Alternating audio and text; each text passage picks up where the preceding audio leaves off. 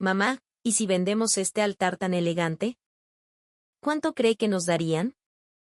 Las palabras de Sofía, la esposa de mi hijo, resonaron en la sala mientras sus ojos recorrían el sagrado rincón dedicado a mi difunto esposo.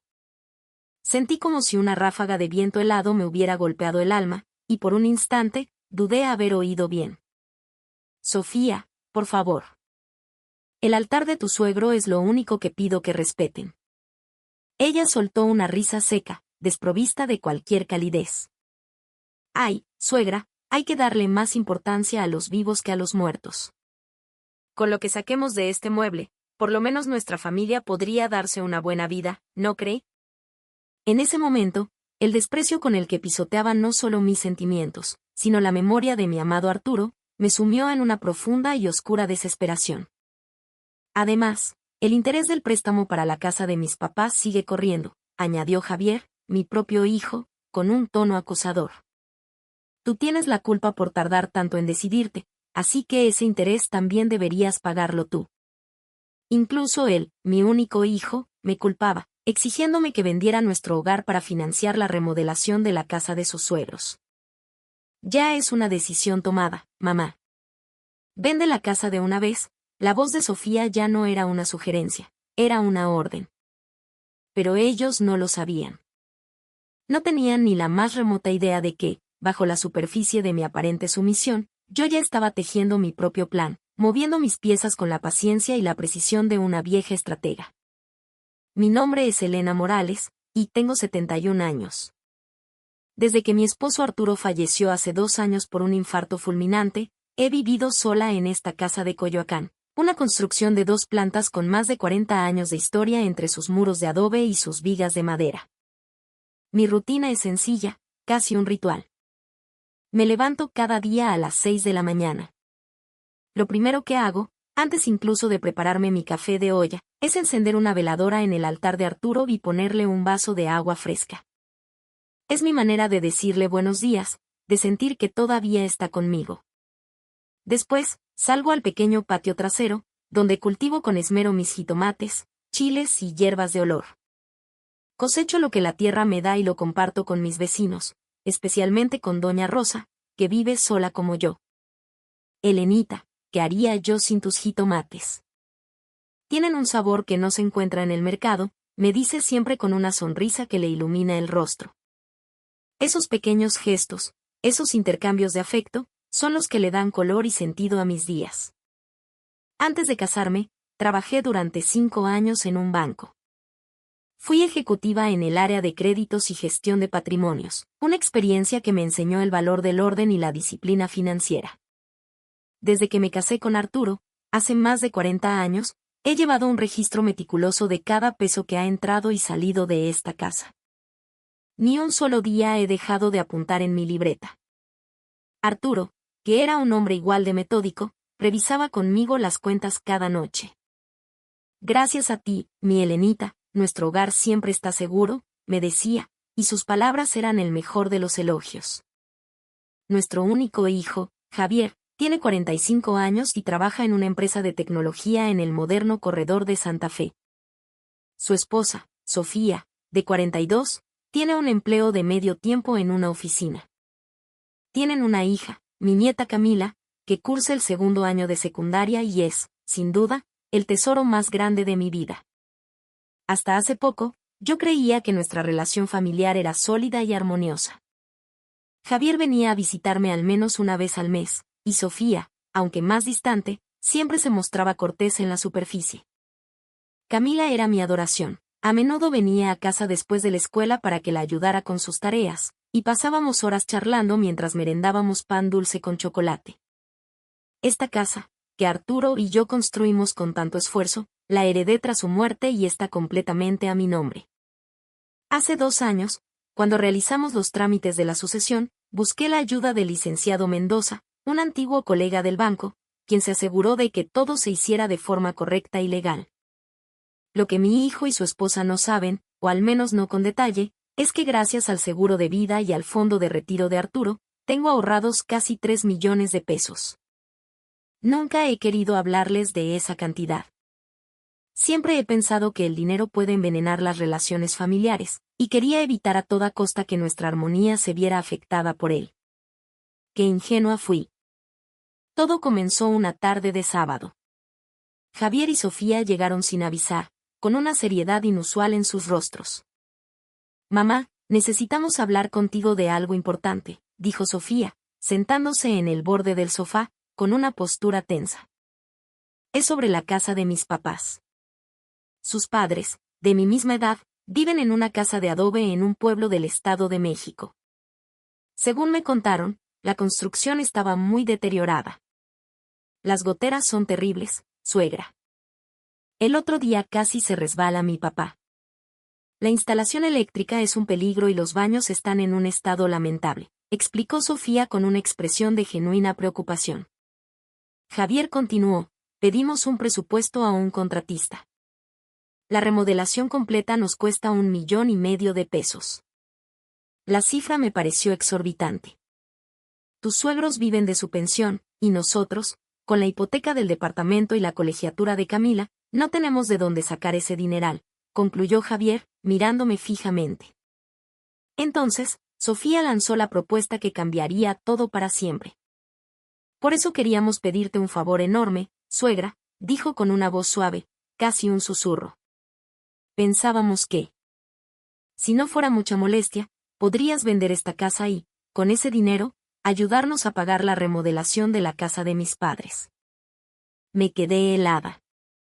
Vender esta casa, mi hogar, el santuario de mis recuerdos con Arturo, para arreglar la casa de mis consuegros.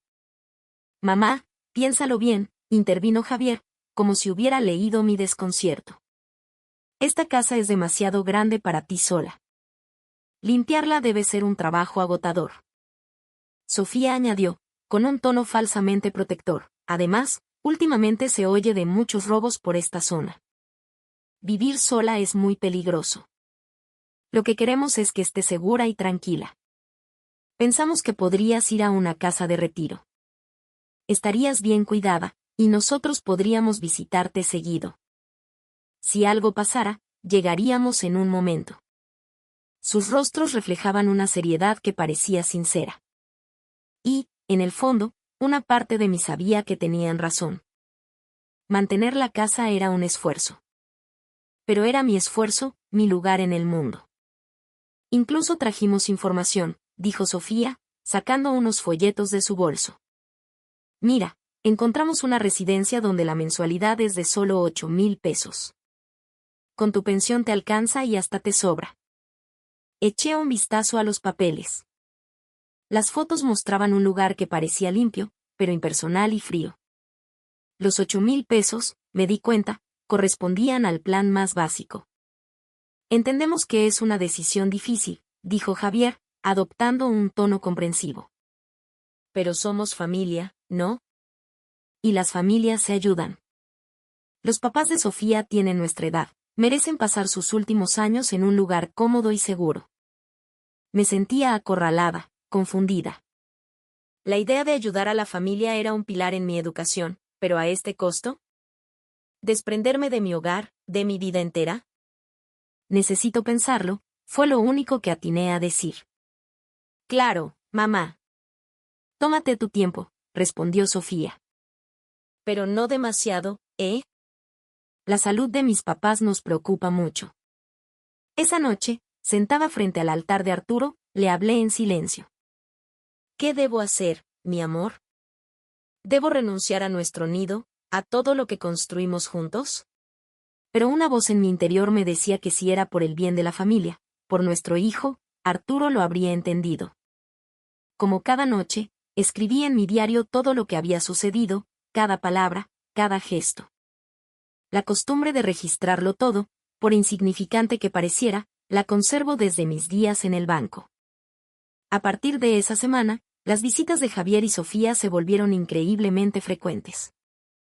Venían 2, a veces 3 veces por semana, siempre con la misma pregunta en los labios. «¿Ya lo pensaste, suegra?», comenzaba Sofía. «Mis papás de verdad la están pasando mal. A mi papá le duelen mucho las rodillas, y los escalones de la casa son un peligro para él». Su cara de preocupación era siempre la misma, una máscara bien ensayada. Si no te decides pronto, su salud podría empeorar, presionaba Javier.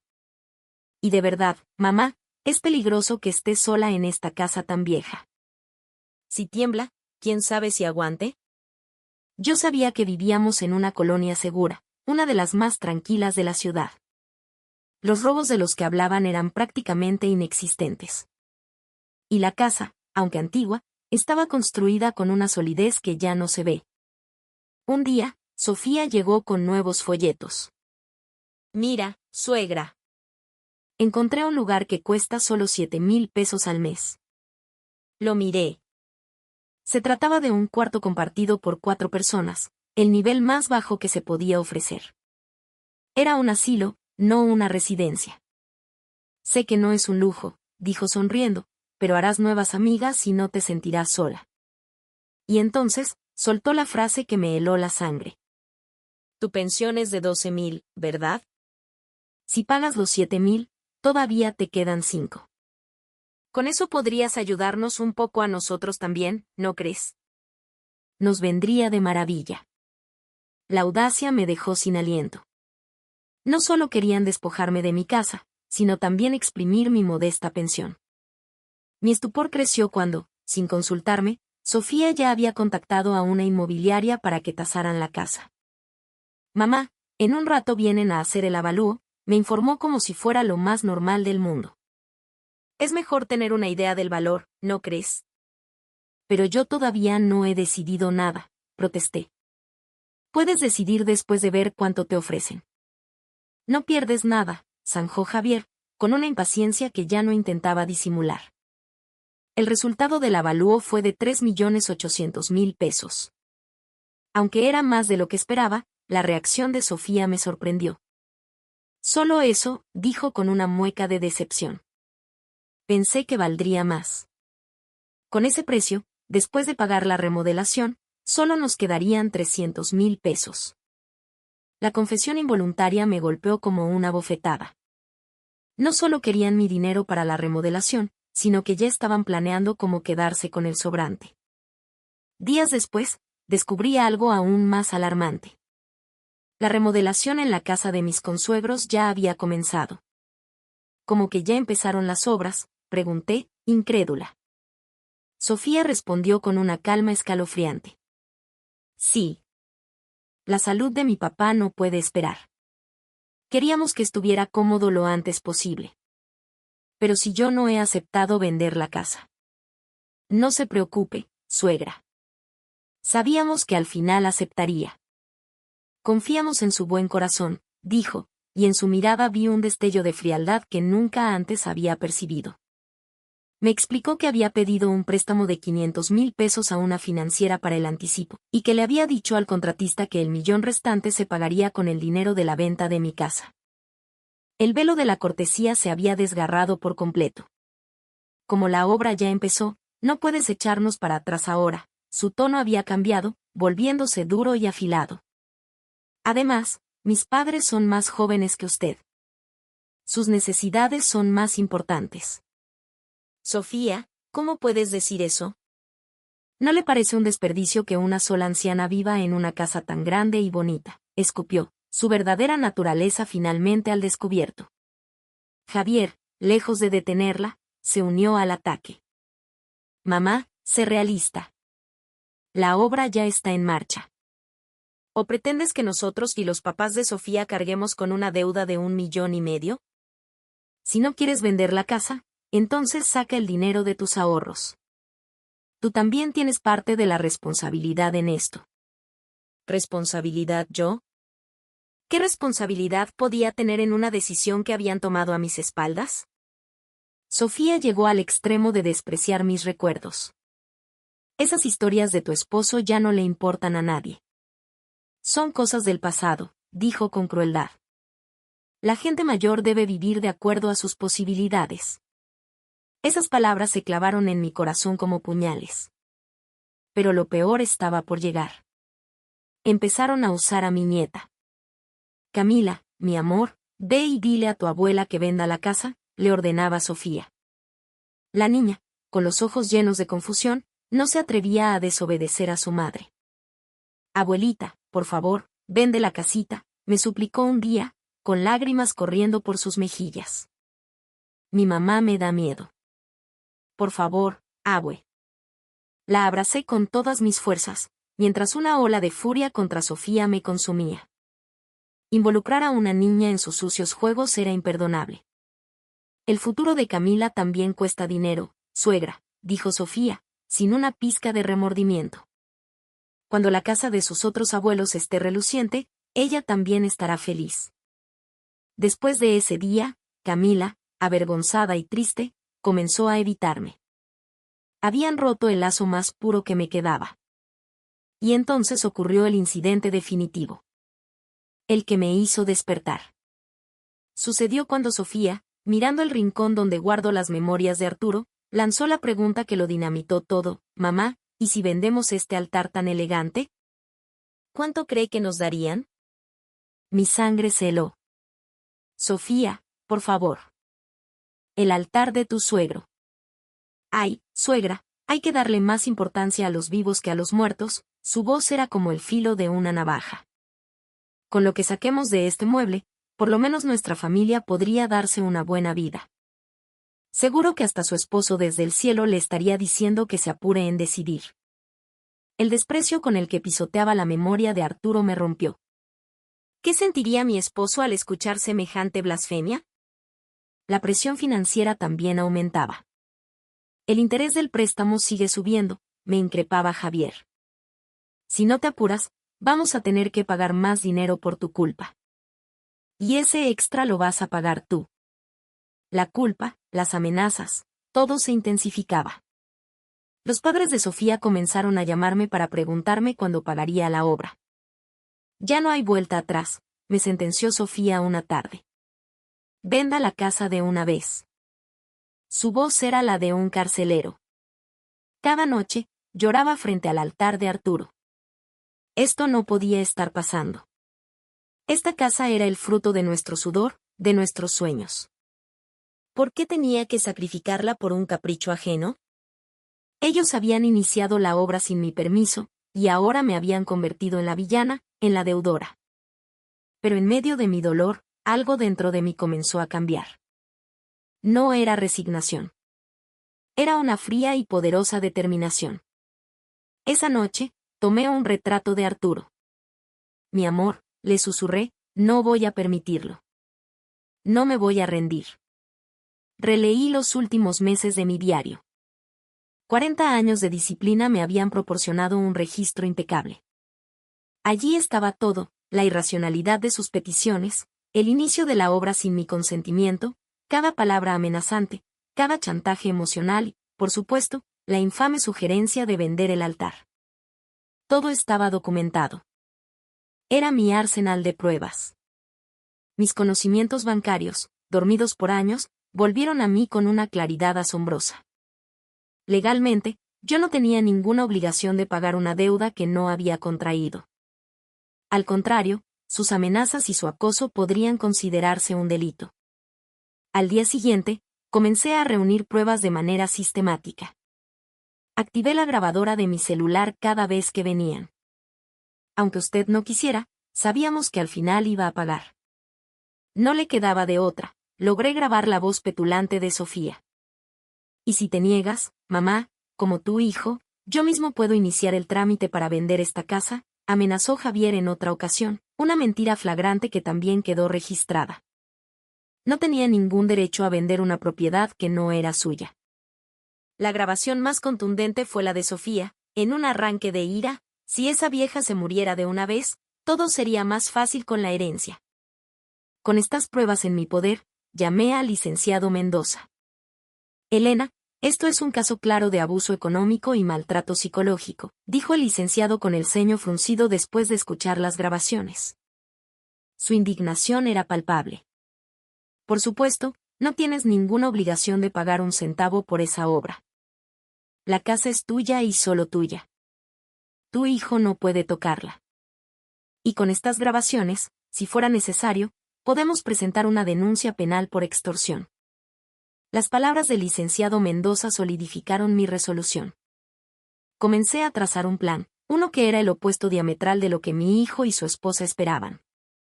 Mi primera parada fue una visita a la residencia para mayores más exclusiva de la ciudad. La cuota de ingreso era de 800,000 pesos y la mensualidad de 40,000.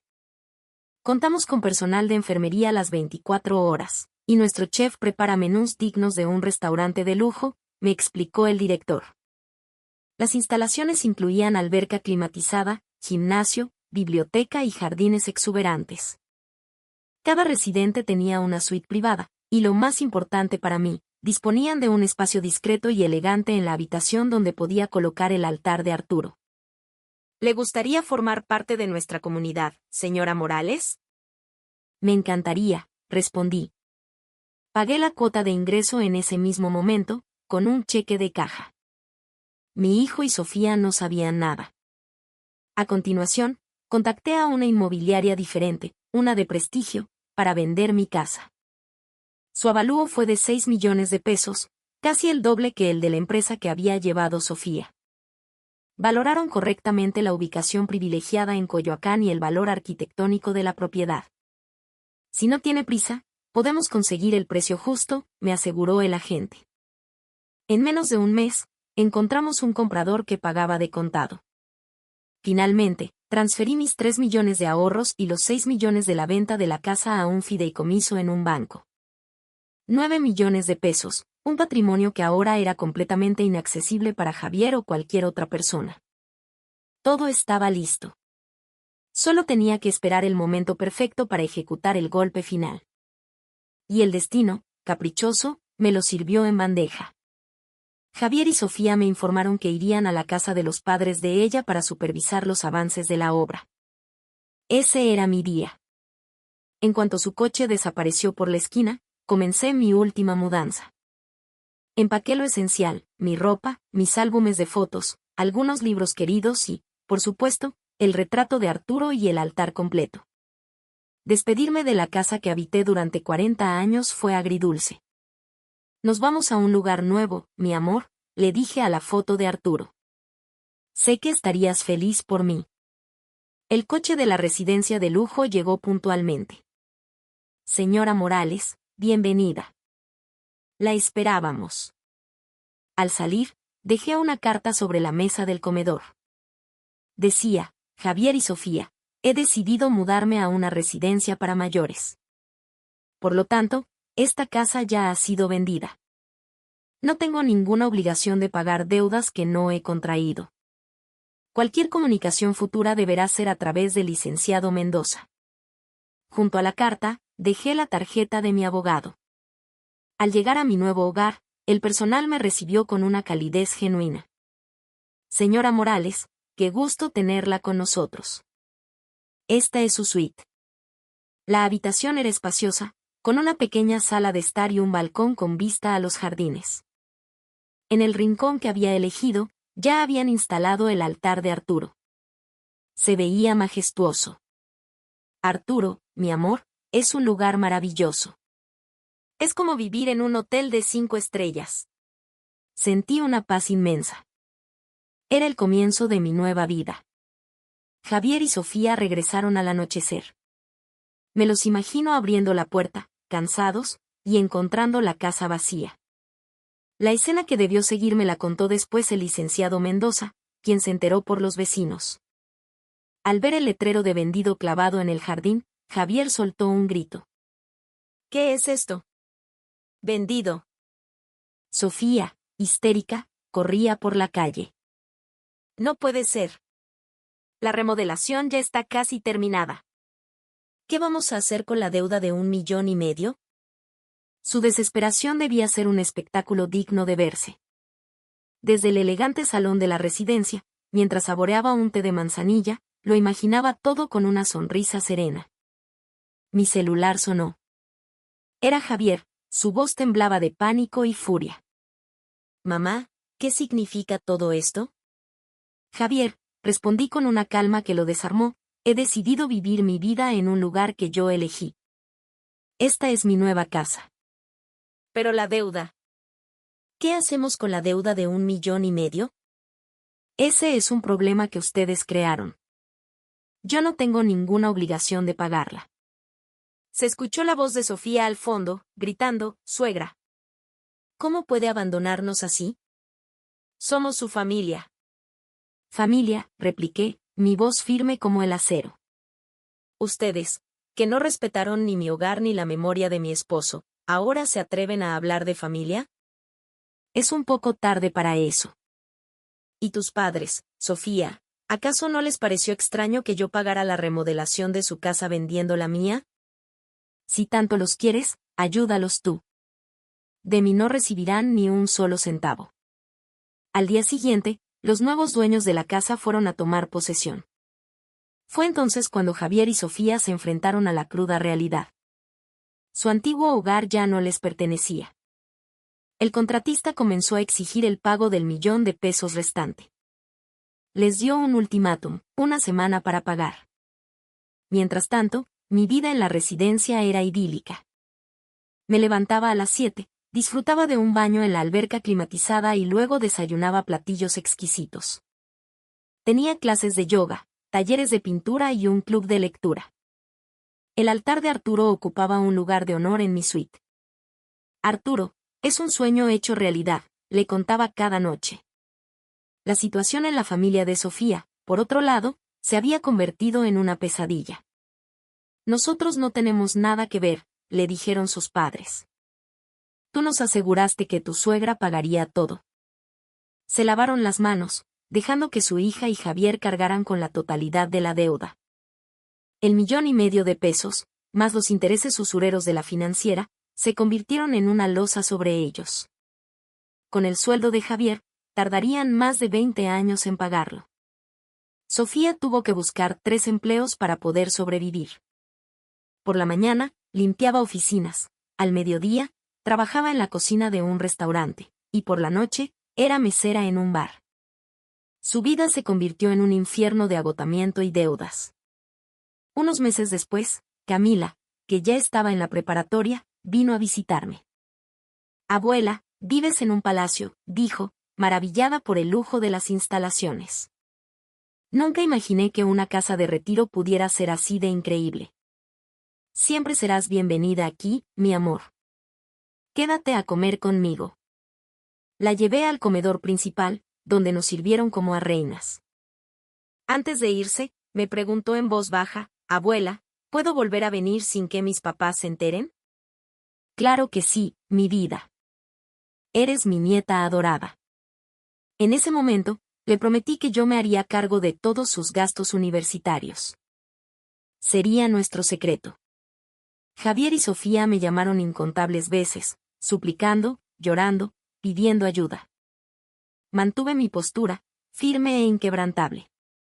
«Licenciado Mendoza, ¿cree que hice lo correcto?», le pregunté un día. «Elena, tu decisión no fue correcta, fue perfecta», me aseguró. «Lo que te hicieron fue una canallada. Lo que están viviendo ahora es la consecuencia directa de su propia avaricia». Con mi patrimonio invertido en un fondo de inversión conservador, tenía más que suficiente para cubrir mi estancia en la residencia por el resto de mi vida. El dinero sobrante sería para el futuro de Camila y para apoyar algunas causas benéficas. Empecé a involucrarme en la comunidad de la residencia, convirtiéndome en la representante de los residentes. Creamos un grupo de apoyo para personas mayores que sufrían abusos económicos por parte de sus familias. Mi historia llegó a oídos de un canal de televisión local, y me invitaron a un programa para hablar sobre los derechos de los ancianos. «Nadie tiene la obligación de pagar una deuda que no ha contraído», dije, mirando a la cámara. «Nuestro patrimonio es el resultado de una vida de esfuerzo. Debemos protegerlo y usarlo para nuestro propio bienestar». Estoy segura de que, al verme en la televisión, viviendo una vida plena y lujosa, Javier y Sofía se quedaron petrificados. La casa de los padres de Sofía, a medio remodelar y con la deuda impaga, fue embargada por el contratista. Se subastó por menos de la mitad de su valor. Los padres de Sofía, ahora sin casa y abandonados por su hija, terminaron viviendo en una pequeña vivienda de interés social, dependiendo de la ayuda del gobierno. Rompieron toda relación con Sofía y Javier. Han pasado 2 años. Ahora dirijo un taller de arreglos florales en la residencia.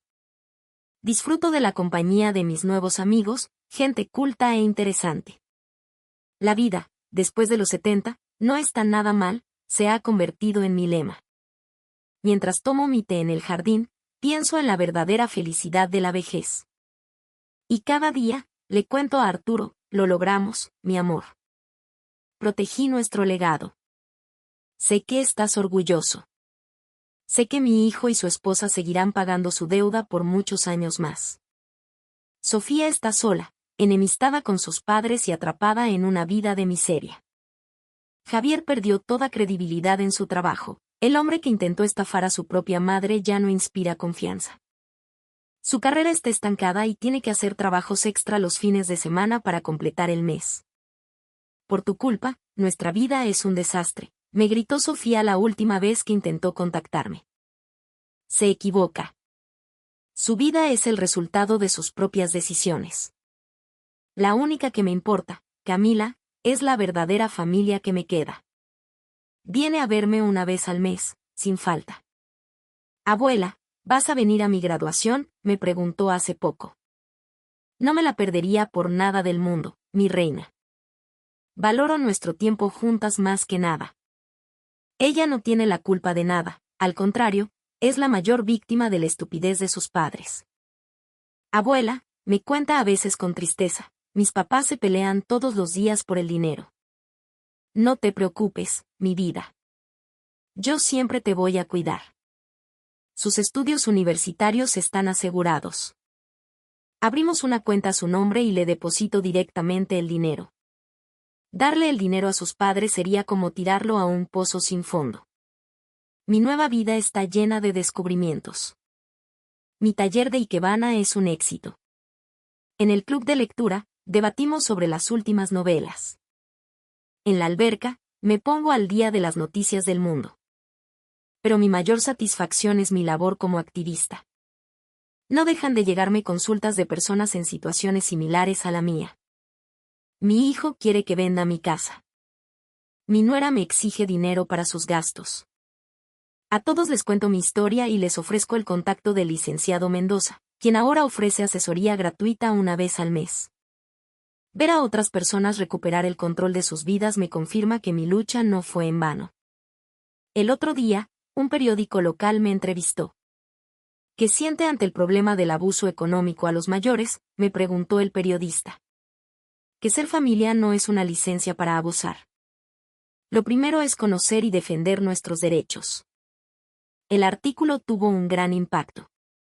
Recibí docenas de cartas de agradecimiento. Han pasado 3 años y no me arrepiento de nada. Al contrario, me siento orgullosa de haber tenido el valor de actuar. Cada mañana, frente al altar de Arturo, le doy mi informe, hice la elección correcta, ¿verdad, mi amor? El patrimonio que me dejaste está siendo usado para traer felicidad y ayudar a otros. Si hubiera cedido a sus presiones, ahora estaría en un asilo lúgubre, en un cuarto compartido, despojada de mi dignidad y de mis recursos. Hoy, tengo un hogar seguro, amigos leales y, sobre todo, la libertad de ser yo misma. Camila está a punto de entrar a la universidad, quiere ser abogada, para defender a los desprotegidos. Verla sonreír me confirma, una y otra vez, que mi decisión fue la correcta. Abuela, aunque no se lo digo a mis papás, te admiro más que a nadie en el mundo, me dijo el otro día, y sus palabras me hicieron llorar de emoción. Gracias, mi vida. Tú eres mi motor para seguir adelante. Cuando llega la primavera, disfruto de los jacarandas en flor desde el jardín de la residencia. Su belleza efímera me recuerda la preciosidad de la vida. Y cada día, renuevo mi promesa de vivirla al máximo, con dignidad y alegría. Para terminar, quiero decirles a todos los que lean o escuchen esta historia, nunca es tarde para empezar de nuevo. La edad no es una barrera para la valentía. Si reciben un trato injusto, levanten la voz. No tenemos por qué soportarlo todo solo por ser familia. Nuestros derechos son sagrados y nuestro patrimonio debe ser protegido. Yo empecé una nueva vida a los 71 años. A ustedes también les espero.